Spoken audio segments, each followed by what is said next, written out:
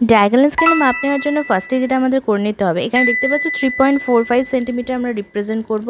তো সেক্ষেত্রে স্কেলেই আমরা পেয়ে যাচ্ছি 3.4। তোমরা জানো যে আমরা স্কেলের মাধ্যমে দশমিকের পর একটা সংখ্যা দেখাতে পারি বা একটা ডিজিট দেখাতে পারি, সেটাই এখানে দেখানো যাচ্ছে।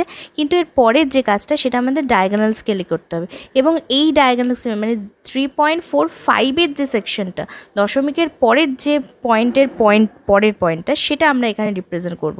সেটার জন্য স্প্রিং ডিভাইডারের মাধ্যমে দেখো এখানে যে ডিভিশনগুলো রয়েছে, ছোট দাগগুলো, মাথার ওপরের দাগগুলো রিপ্রেজেন্ট করছে 0.1কে, আর এই দিকের সাইডের যে দাগগুলো রয়েছে এগুলোকে রিপ্রেজেন্ট, যেটা ভার্টিক্যালি তোমরা দেখতে পাচ্ছ, সেটা রিপ্রেজেন্ট করছে হচ্ছে টারশিয়ারি ডিভিশনকে। এবার আমার ভ্যালু আছে 5, তার মানে 6 অ্যান্ড 4-এর মাঝে যে গ্যাপটা সেটা হচ্ছে আমার 5।